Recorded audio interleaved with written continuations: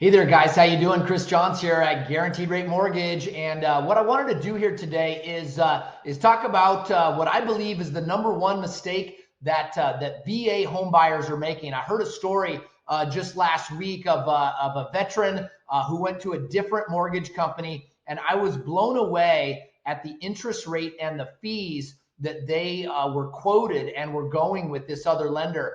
There is such a big spread when it comes to VA home loans on interest rate from one lender to another. And I could not encourage you enough to shop your interest rate if you are getting a VA home loan. So I would be more than happy to help you kind of compare interest rates so you at least have 2 or 3 different rates to choose from so you understand what you're getting into.